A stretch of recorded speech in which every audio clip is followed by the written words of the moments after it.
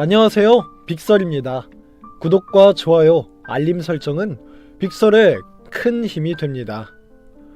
오늘의 사연 시작하겠습니다. 안녕하세요. 저는 50대 중반의 주부입니다. 경기도 군포에서 작은 식당을 운영하고 있고요. 올 초 사고로 남편을 하늘나라로 먼저 보냈죠. 남편이 죽고 나서 이런저런 일이 많아 제정신으로 사는 날이 하루도 없었던 것 같습니다. 그러다 이번 달 초에 모든 일이 해결되면서 다시 식당 문도 열고 제 감정도 추스르고 이렇게 글을 쓸 시간도 생기게 되었네요. 제가 오늘 쓰고 싶은 사연은 남편의 죽음에 관한 이야기입니다. 제 남편은 책을 참 좋아하는 사람이었습니다. 항상 책을 손에서 놓지 않았죠. 아마 전생의 학자가 아니었을까 하는 생각이 들 정도로요. 성품이 온화하고 바른 사람이라 주변에서 법 없이도 살 사람이라는 소리를 많이 들었죠. 남편은 법대를 졸업하고 판사가 되는 게 꿈이어서 사법고시를 준비했던 고시생이었는데 1차에서는 합격을 하고 매번 2차에서는 불합격을 했다고 합니다. 가정 형편이 좋지 않고 장남으로서 빨리 돈을 벌어 집안에 도움을 주고자 고시를 포기하고 일반 회사원이 되었죠. 저 역시 대학을 졸업하고 회사를 다니는 회사원이었기 때문에 남편의 고시 공부를 밀어줄 형편은 되지 못했습니다. 결혼을 하고 나서 남편도 벌고 저도 버는 맞벌이여서 허리띠 졸라매면 금방 살림이 필 줄 알았는데 이게 참 제 마음 같지가 않더라고요. 남편에게는 부양해야 할 가족이 한둘이 아니었습니다. 시아버지는 일용직 노동자로 가족들을 먹여 살렸는데 남편이 취업한 뒤로는 일을 그만두고 남편의 월급에 의지해 살았습니다. 그리고 남편 밑으로 동생이 2명이 있었는데 도련님은 미술대학을 나와 예술을 한다면서 작업실에만 틀어박혀 있으니 도련님의 생활비를 남편이 줄 수밖에 없었죠. 아가씨는 간호조무사 학원을 나와 동네 병원에서 간호사로 일을 하는데 어찌나 꾸미고 술 마시고 노는 걸 좋아하는지 월급 전부를 혼자서 쓰고도 부족하다며 남편에게 손을 내밀었습니다. 결혼 초에는 시부모님 용돈에 도련님의 아가씨 용돈까지 남편 월급 전체를 시댁에 드리는 꼴이었는데 안 되겠더라고요. 저도 아이를 낳아 키워야 하고 집도 장만해야 하니까요. 그래서 마음 먹고 시부모님에게 폭탄 선언을 하게 됐죠. 아버님, 어머님, 이제 저희 가족도 먹고 살아야 할 거 아니에요. 도련님도 이제 30인데 혼자서 앞가림 해나가야죠. 언제까지 저희가 생활비를 대줄 수는 없잖아요. 아가씨도 마찬가지예요. 일을 안 하는 것도 아니고 월급은 월급대로 쓰고 저희 부부에게 또 생활비를 받는 건 아니라는 생각이 드네요. 다음 달부터는 2분 생활비만 저희가 드릴 테니까요. 도련님은 알아서 생활하도록 해주세요. 아가씨도요. 그리고 도련님에게 마음 상하지 않게 얘기를 잘 풀어나가려고 했죠. 도련님 죄송해요. 저희 입장도 이해해주세요. 도련님은 노발대발 하더군요. 형수님이 예술을 알아요? 조금만 참고 기다려주시면 제 그림 한 장에 몇 천 몇 억이 될 텐데 그깟 생활비요? 그게 아까우셔서 저의 천재적인 재능을 이렇게 무시하실 겁니까? 이번이 기회다 싶어서 저는 더 강하게 나갔죠. 도련님, 저는 예술을 아예 몰라요. 예술계가 어떻게 돌아가는지도 모르고요. 저는 하루하루 사는 게 소중해요. 그깟 몇 푼 벌려고 아침 일찍 일어나 회사에 나가 밤 늦게까지 일을 해야 해요. 나중에 도련님 작품이 몇 천이 되고 몇 억이 되었을 때 제가 축하해 드릴 테니 지금은 제발 저희 가족이 먹고 살게 좀 해주세요. 제 말에 도련님은 입을 다물었습니다. 그러니까 이번엔 시어머니께서 노발대발을 하셨습니다. 내가 언제 너한테 우리 둘째 아들 생활비 달랬냐? 내 큰아들이 주는 거야. 어디서 말을 그렇게 함부로 해? 그리고 우리 둘째가 놀면서 돈을 안 버는 거야? 얘는 예술가라고, 예술가! 무식한 네가 뭘 알겠냐? 도련님이 예술가인 건 저도 알지만 매일 작업실에 틀어박혀 그림을 그려도 돈이 되지 않으니 환장을 노르시더군요. 그러면서도 외제차의 명품 옷에 어찌나 자신을 꾸미고 다니는지 도련님이 요구하는 돈은 남편과 저 2 사람의 생활비 그 이상으로 요구를 했습니다. 그러니 더 이상은 못하겠다고 두 손 두 발을 다 들어버린 거였죠. 시부모님과 도련님이 서운함을 표현하자 마음이 약해진 남편이 그러더군요. 우리가 너무한 거 아니야? 그러지 말고 지금 주는 용돈의 절반만 동생에게 주는 걸로 하자. 동생이 예술가로서 전혀 능력이 없는 건 아니잖아. 남편의 입장은 이해가 갔지만 여기서 한 발 물러나면 또 같은 상황이 반복될 것 같아서 저는 독하게 마음을 먹었죠. 그럼 우리 이혼하자. 솔직히 말해서 시동생이 내 친동생은 아니잖아. 나는 전혀 도와주고 싶은 마음이 없어. 그리고 시동생이 아주 유명한 화가가 됐다고 치자. 우리가 도와준 거 기억이나 할 것 같아? 다 자기가 잘나서 그런 줄 안다고. 나는 더 이상 이렇게는 못 살아. 내 능력으로 열심히 일해서 내 집도 사고 싶고 내 자식도 가르치고 싶어. 넉넉하게는 아니더라도 큰 집은 아니더라도 내 집에서는 살고 싶단 말이야. 남편은 생각 끝에 제 말에 동의를 해주었습니다. 그러던 어느 날 시부모님이 저와 남편을 불러서는 문서 한 장을 내밀더군요. 읽어보고 도장 찍어라. 문서의 내용을 읽어봤더니 시부모님과 시동생의 생활비를 주지 않는 조건으로 유산을 한 푼도 받지 않겠다는 내용이었습니다. 어이가 없더군요. 유산이라고는 시부모님이 가지고 있는 20평도 채 되지 않는 빌라 한 채가 전부였거든요. 저는 좋습니다 하고 단번에 도장을 찍어드렸습니다. 그렇게 해서 30여 년이 넘게 시댁과 의절을 하며 살게 되었죠. 정말이지 1년에 한 번 설날에 남편만 시부모님 댁에 인사를 가고 저와 제 딸은 단 한 번도 시댁에 발걸음을 하지 않았네요. 물론 시댁에서도 저와 딸아이의 존재 자체도 궁금해하지 않았고요. 저희 가족이 어떻게 지내는지, 시부모에게는 손녀인 제 딸이 태어났는지, 학교 갔는지 아예 관심 밖이었습니다. 그저 오냐오냐 하면서 화가인 도련님과 딸만 챙길 뿐이었죠. 남편과 저는 계속 열심히 살았습니다. 남편은 계속해서 직장 생활을 했고 저는 20여 년 직장 생활을 하다가 지금은 동네의 작은 프랜차이즈 식당을 운영하고요. 딸아이는 잘 자라서 한 번도 제 속을 썩이지 않고 자신의 길을 가고 있고요. 시댁과 담을 쌓고 산다는 게 아쉽기는 했지만 그래도 만족스러운 삶을 살아가고 있던 어느 날이었습니다. 자정이 넘어 식당 일을 정리하고 집으로 들어가려는데 남편의 번호로 전화가 왔더군요. 전화를 받자마자 제가 그랬죠. 야근했던 거야? 밥은 먹었어? 나 지금 집에 가니까 안 먹었으면 차려놓을게. 하고 말을 하는데 수화기 너머로 남편이 아닌 낯선 사람이 남편의 이름을 대면서 아내분 맞으시죠? 라며 저를 확인하더군요. 누구시죠? 순간 머릿속에 여러 생각이 들면서 당황하지 않을 수가 없었습니다. 경찰인데요. 지금 병원으로 와주셔야 할 것 같습니다. 경찰의 입에서 병원이라는 단어를 듣자 저는 당황해서 뭘 어떻게 해야 할지 모르겠더군요. 겨우겨우 정신줄을 부여잡고 경찰이 말하는 곳으로 택시를 타고 달려갔습니다. 남편이 죽었더군요. 이 사람이 왜 죽어요? 어떻게 된 거예요? 저는 놀라지 않을 수가 없었습니다. 기가 막혀서 눈물도 나오질 않았어요. 목소리조차 나오질 않더군요. 경찰은 제가 진정할 시간을 주고 나서 자초지종에 대해서 얘기를 하더군요. 과속운전으로 차가 전복되셨어요. 경찰은 사고 현장을 사진과 동영상을 보여주며 설명을 이어갔습니다. 여기 영상에서 보시는 것 같이 운전자인 남편분께서 좌회전 신호를 받고 과속운전을 하고 있습니다. 급히 어디론가 가는 모습 같죠? 저는 의문이 들었습니다. 이 시간에 남편이 왜 외곽도로를 타려고 했는지요. 아니, 근데 남편이 이 시간에 왜 이 길을... 회사와 집하고는 방향이 전혀 다른 곳인데? 글쎄요. 휴대전화를 보시면 누군가와 약속을 했고 목적지가 어딘지 나올 것 같습니다. 그래도 천만다행 아닙니까? 늦은 시간이라 주변에 차도 사람도 없어서 2차, 3차 피해가 없었습니다.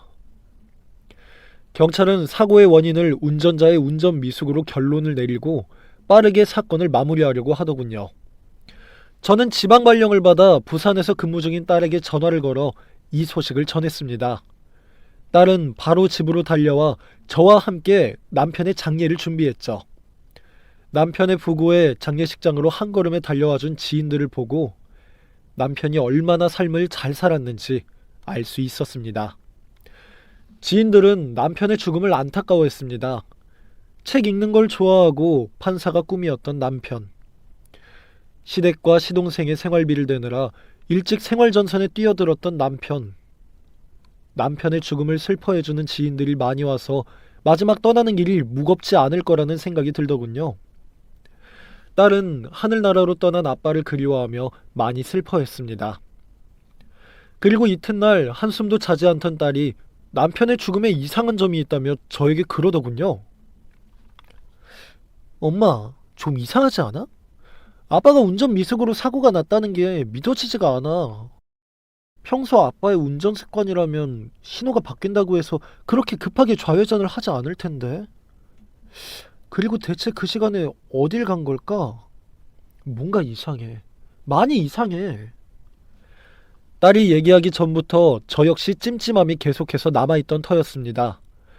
그렇게 딸아이와 얘기를 계속 나누는데 갑자기 시끌벅적한 소리가 나서 뒤를 돌아보았더니 글쎄 30여 년 동안 인연을 끊고 살았던 시부모님과 시동생들이 서 있는 게 아니겠습니까? 남편의 부고를 알리지도 않았는데 누군가에게 소식을 전해 듣고 왔다더군요. 시어머니는 저를 보자마자 목소리를 높이셨습니다. 세상에 너처럼 독한 년은 없을 거다. 내 자식이 죽었는데 부모한테 연락도 안 해? 죽어도 피 한 방울 안 날 년, 가족 사이의 의를 끊어버린 년.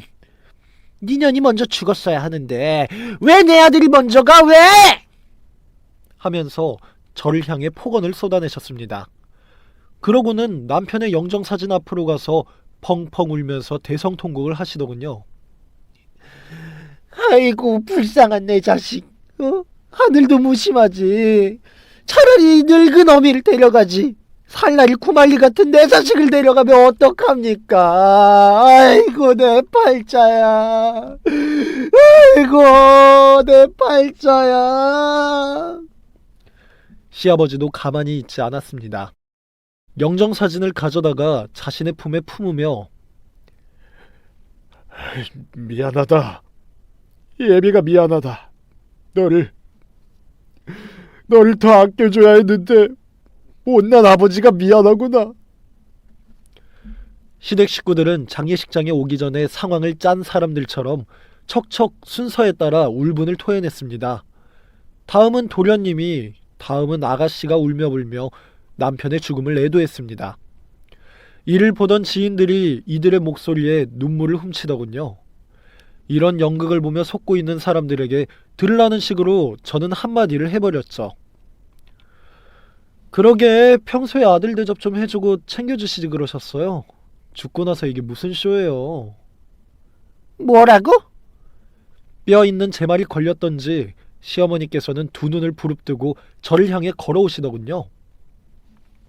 그래, 네가 먼저 말을 꺼냈으니 우리 따져보자. 부모와 아들 사이를 갈라놓은 게 누군데? 너만 아니었으면 우리 아들 이렇게 되지 않았다. 우리 아들 죽게 만든 건 너야. 너라고. 남편 잡아먹은 년이 뭘 잘했다고 고개를 빳빳이 들고 있어. 뭐라고요? 남편 죽은 게 왜 제 탓입니까? 평생 아들을 노예 부리듯 해놓고서는 이렇게 말씀하시는 게 맞다고 생각하세요? 어머니 그늘에 있었으면 이 사람 평생을 가족들 뒷바라지만 하다가 늙었을걸요? 그나마 빨리 부모님하고 손절해서 이 정도라도 사람답게 살다가 간 줄 아세요. 어머니는 제 말에 더 이상 할 말이 없는 듯 그 자리에 주저앉아 통곡을 하면서 울기 시작했습니다. 사람들 보세요. 제 며느리가 이렇게 독한 애랍니다. 얘가 가운데서 우리 모자 사이를 갈라놓는 바람에 30년 동안이나 보고 싶을 때 제 자식 얼굴도 못 보고 살았습니다. 시어머니의 얘기에 사람들이 저를 어떻게 생각하든 말든 저는 개의치 않고 제 할 일만을 했습니다. 그러다 조금의 시간이 지나고 어느 정도 장례식장의 분위기가 잠잠해져서 봤더니 시부모님과 시동생들이 자리 하나를 잡고 둘러앉아 상을 걸게 차려놓고는 맛있게 식사를 하고 있는 겁니다. 머릿고기를 몇 접시나 더 먹고 제 딸에게 나물을 더 달라고 하더군요. 손녀 얼굴도 알아보지 못하고 제 딸을 장례식장에서 서빙하는 아가씨 대하는 것 마냥 이거 가져와라 저거 가져와라 하며 부려먹더군요. 딸아이가 나물을 시댁상에 더 가져다 주고서는 저에게 왔더군요. 엄마, 그래도 할아버지 할머니인데 인사를 해야 하지 않을까? 저도 딸과 같은 생각이었습니다. 그러게, 분위기 봐서 인사드리자. 그래도 너의 뿌리인데 모르는 척하긴 그렇다. 시댁 식구들은 마치 식당에 온 것처럼 음식을 개걸스럽게 먹고는 집에 가려는 듯 자리에서 일어서더군요. 저는 딸아이를 데리고 시부모 앞으로 갔습니다. 그리고 딸아이를 인사하게 했죠. 얘가 저희 딸입니다. 인사는 드려야 할 것 같아서요. 딸아이는 다소곳하게 서서 안녕하세요. 처음 뵙겠습니다. 하고 인사를 했죠. 그러자 아가씨가 제 딸을 머리끝부터 발끝까지 훑어보면서 인사도 빠르다. 대학교는 졸업했니? 직장은? 니까지 꽤 어디 좋은 회사나 들어갔겠어? 뭐 보나마나 네 엄마 식당에서 서빙 일이나 하겠지. 허! 앞치마가 꽤 잘 어울린다. 네 엄마 잘 모시고 잘 살아라. 그러더군요. 조문객들을 위해 음식을 나르느라 마침 딸아이가 상복 위에 앞치마를 두르고 있었거든요. 시부모님도 제 딸을 위아래로 흘겨보고는 한마디 말도 없이 휑 하고 가버리더라고요. 딸아이 앞에서 부끄러울 뿐이었습니다. 다음날 아침 3일장이 끝나고 남편을 화장하기 위해 화장터로 이동하게 됐죠. 마지막 가는 길 혹시나 하고 시댁 식구들을 기다렸지만 아무도 남편의 마지막을 보러 오지 않더군요. 그럼 그렇지. 내가 뭘 또 기대한 거야. 하고 혼잣말을 내뱉었습니다. 남편의 차디찬 시신이 뜨거운 불 속으로 들어갔습니다. 남편을 만나고 사랑을 하고 열심히 살았던 순간들이 파노라마처럼 지나가더군요. 그렇게 딸아이와 함께 남편을 하늘나라로 보냈습니다. 딸아이는 다시 부산 근무지로 돌아가고 저는 집으로 돌아왔는데 황당한 일이 제 눈앞에 펼쳐지고 있었습니다. 엘리베이터에서 내리는데 삼겹살 굽는 냄새가 복도에서 진동을 하더군요. 그런데 그 냄새의 근원지가 꼭 저희 집 같더군요. 사고사를 당한 남편의 장례를 치르고 설마 하는 마음으로 현관문을 열었는데 이게 무슨 일입니까? 저희 집 거실에 시댁 식구들이 떼거지처럼 둘러앉아 삼겹살을 굽고 소주를 마시며 축배를 들고 있는 게 아니겠습니까? 세상에, 가족이 죽었는데 어떻게 이럴 수가 있을까요? 남편과 마지막 인사를 나누는 납골당에도 오지 않은 사람들이 말이에요.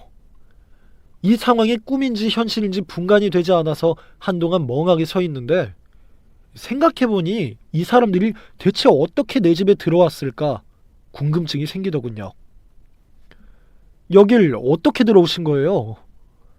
저의 질문에 시어머니께서는 버럭 큰 소리를 내더군요. 왜? 네가 비밀번호 안 가르쳐주면 내가 못 들어올 줄 알았냐? 여기 내 아들 집이다. 내 아들 집이니까 당장 비워라. 저는 따졌죠. 제가 왜 이 집을 줘야 해요? 그리고 어떻게 제 집 비밀번호를 알고 들어오셨냐고요? 이거 주거침입죄예요. 어서 말씀하세요. 그러자 도련님이 큰 소리를 내더라고요. 형수님, 주거침입죄 뜻이나 알고 하시는 말씀이세요? 우린 가족이라고요. 어떻게 가족에게 그런 말을 쓸 수가 있어요?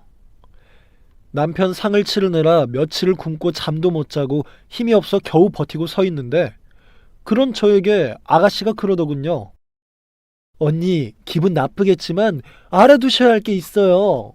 그동안 오빠가 우리 가족과 소통을 전혀 안 하는 걸로 알고 있었던 모양인데요. 아니에요. 큰 오빠는 늘 우리 가족 걱정을 했고 자주 부모님에게 전화도 드리고 용돈도 보내는 그런 아들이었어요. 한마디로 몸은 언니 옆에 있고 마음은 늘 우리랑 같이 있었단 말이에요. 오죽했으면 현관 비밀번호를 엄마 생신날로 했겠어요? 아가씨의 말에 순간 저는 죽은 남편에게 배신감을 느끼고 말았습니다. 정말 남편은 저 모르게 시댁 식구들과 소통을 하고 있었을까요? 그리고 비밀번호가 시어머니의 생신날이었더니 실망이 이만저만이 아니었습니다. 그때 시어머니가 벌떡 자리에서 일어나더니 제 뺨을 사정없이 내리치는 겁니다. 찌, 남편 잡아먹은 년이 여기가 어디라고 들어와. 네 살림살이 챙겨서 당장 꺼져라. 꼴도 보기 싫다. 순간 정신이 확 들었습니다. 이대로 물러나서는 절대 안 된다는 생각이 들더군요. 곧 쓰러질 것 같은 정신을 부여잡고 두 주먹을 불끈 쥔 채 저는 고래고래 소리를 지르려고 했죠. 그런데 그때 부산으로 내려간 줄 알았던 딸이 법복을 입은 채로 문을 열고 들어오더군요. 지금 여기서 뭐 하시는 거예요? 딸의 말에 시댁 식구들의 시선이 딸에게 맞춰졌습니다. 당신들 정말 웃긴 인간들이다. 내가 당신들 가만둘 줄 알아? 너는 지금 입은 옷 꼬락서니가 뭐냐? 그리고 어른들 보면 인사부터 해야지 어디서 소리를 바락바락 질러대. 네 엄마가 그렇게 가르치던? 대체 어디서 배워먹은 버리장머리야? 당신은 지금 내가 입고 있는 옷이 뭘 상징하는 줄도 몰라? 반말을 하는 딸아이의 말에 시어머니가 목덜미를 잡더군요. 뭐? 당신? 이런 싸가지를 봤나? 네 엄마가 그렇게 가르쳤디? 시동생들에게 용돈 조금 주는 게 아까워서 남편 꼬드겨서 시댁 식구들과 의절하게 만든 네 엄마가! 오죽했으면 우리 엄마가 시댁에 발길을 끊었겠어요. 그 상황에서 도련님과 아가씨가 제 딸의 법복을 유심히 보더군요. 그러다 도련님이 먼저 말문을 열었어요. 너 직업이 뭐냐? 혹시 검사 뭐 그런 거야? 네, 이제 아셨어요? 제 아빠랑 연락하고 지내셨다면서요. 그러면서도 제가 검사가 된 건 모르셨나 보죠? 하긴 제 아빠 주머니에나 관심이 있었지 피부친 조카라는 존재에 대해서 관심이나 있었겠어요? 맞아요. 저 검사입니다. 그래서 말인데요. 저희 아빠의 죽음이 이상해서 제가 좀 알아봤는데 그 중심에 삼촌이 있더라고요. 딸아이가 이렇게 얘기를 하자 도련님의 얼굴빛이 백지창처럼 하얘지더라고요. 너 왜 그래? 무슨 말을 하려고 하는 거야? 나 아니야. 난 내가 네 아빠하고 뭘 어쨌다고 그래? 왜요? 뭐가 찔리나 보죠? 딸은 남편의 죽음이 이상하다고 저에게 몇 번을 얘기했었죠. 그리고는 저 몰래 아빠의 죽음을 캐봤던 모양이더군요. 아빠가 죽던 날 삼촌 아빠랑 통화했었죠? 그 전화를 받고 아빠는 급히 운전을 했던 거였고요. 대체 어떤 통화 내용이었을까 너무 궁금해서 아빠의 휴대폰을 열어봤는데 다행히 삼촌과의 통화 내용이 그대로 녹음돼 있더라고요. 녹음본에서 삼촌이 다급한 목소리로 생을 마감하겠다고 그러더라고요. 지금 서 있는 벼랑에서 뛰어내리겠다면서요. 이유는 생활고에 지쳤다였나? 아빠는 그런 삼촌을 말리려고 급히 차를 몰고 삼촌이 있던 장소로 가고 있던 거예요. 도련님의 얼굴은 여전히 백지장처럼 하얀 채로 아무 말도 못하고 멍하니 서 있고, 그런 도련님의 표정을 읽은 시어머니는 뭔가를 덮으려는 듯 말문을 열기 시작했습니다. 너 검사라는 거 거짓말이지? 뻥이지? 어디서 헛소리를 짓거려? 그럼 뭐 우리가 겁먹을 줄 알아? 아가씨도 가만히 있지 않더군요. 손에 쥐고 있던 휴대전화를 들어보이면서 딸을 압박하더라고요. 야, 내가 지금 네가 하는 얘기 다 녹음 중이야. 너야말로 헛소리하면 사기죄 협박죄로 고소한다? 딸은 아가씨의 말을 무시하고 얘기를 계속 이어나갔습니다. 아빠는 진짜 삼촌이 죽어버릴까봐 삼촌이 서 있다는 장소로 차를 몰고 갔는데 삼촌이 바라는 건 돈이었어요. 아빠가 돈을 보내주길 바랬지 자신이 있는 벼랑으로 와달라는 건 아니었죠. 멍에 있던 도련님이 딸아이의 말에 반박을 하기 시작하더군요. 아니야, 나 진짜 죽으려고 했어.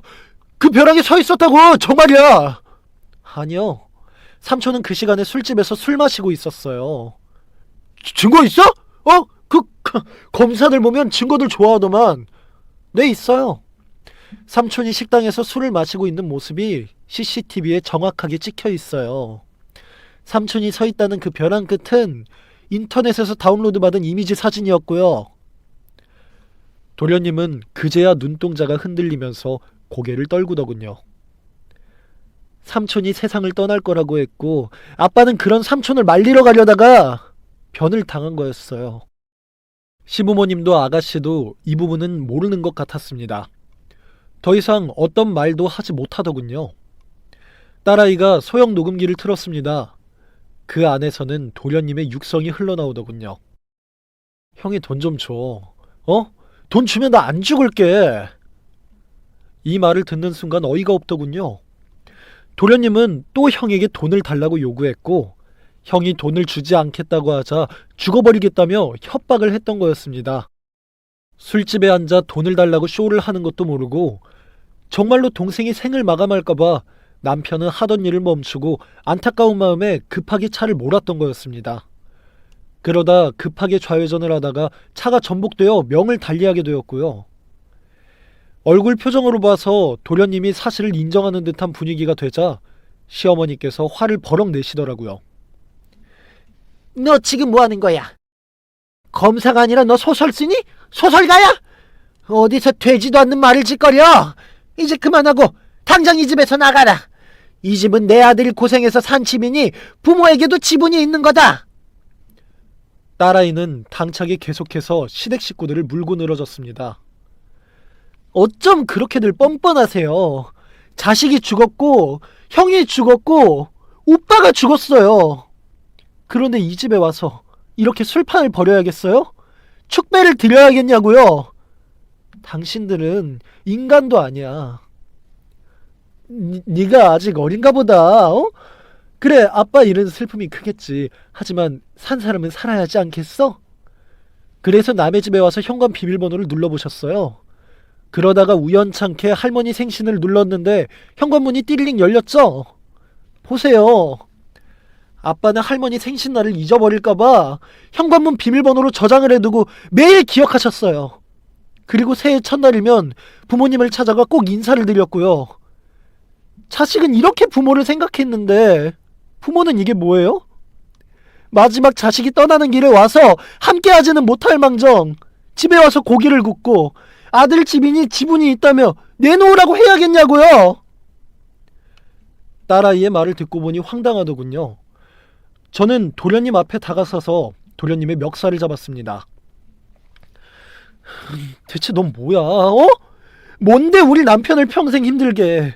우리 남편이 뭘 그렇게 잘못했니? 그러자 도련님이 멱살을 잡고 있는 제 손을 뿌리치더니 이거 놔! 너 어디서 죄를 뒤집어 씌워? 내가 죽인 거 아니잖아. 돈 좀 달라는데 안 줘서 죽어버리겠다고 몇 마디 한 걸. 그걸 믿은 순진한 형이 바보지. 그리고 신같이 차가 전복될 정도로 운전을 하냐?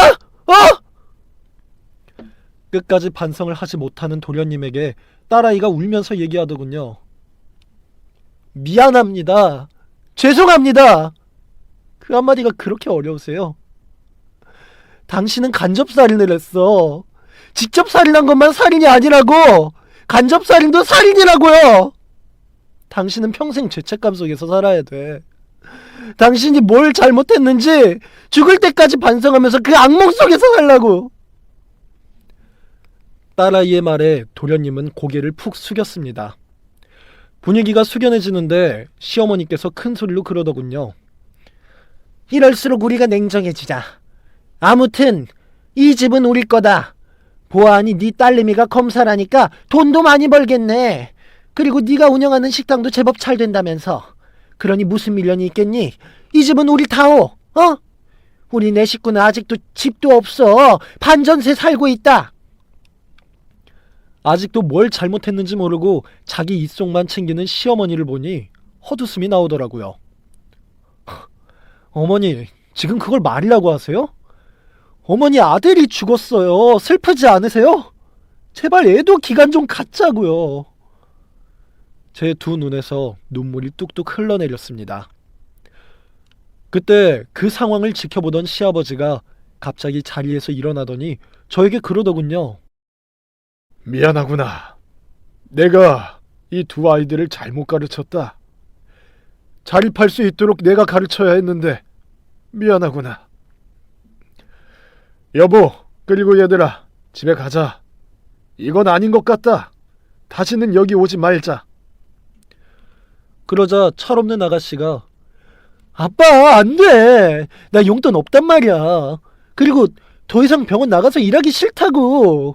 이 집 뺏어서 우리가 살자. 어? 시아버지가 아가씨를 빤히 쳐다보더군요. 그러면서 그만들 해 하며 큰 소리를 내더군요. 순간 거실 분위기가 조용해졌습니다. 시아버지가 먼저 집을 나서자 시어머니와 도련님과 아가씨가 아쉬워하며 뒤따라 나가더군요. 남편이 죽고 나서도 자신들이 뭘 잘못했는지 모르는 시댁 식구들. 그나마 시아버지가 조금이나마 잘못된 점을 인정하자 조금씩 꼬리를 내리더군요. 남편의 죽음은 되돌릴 수 없지만 그래도 어떻게 해서 남편이 죽음에 이르렀는지 그 과정을 알게 되어 그나마 다행이란 생각이 듭니다.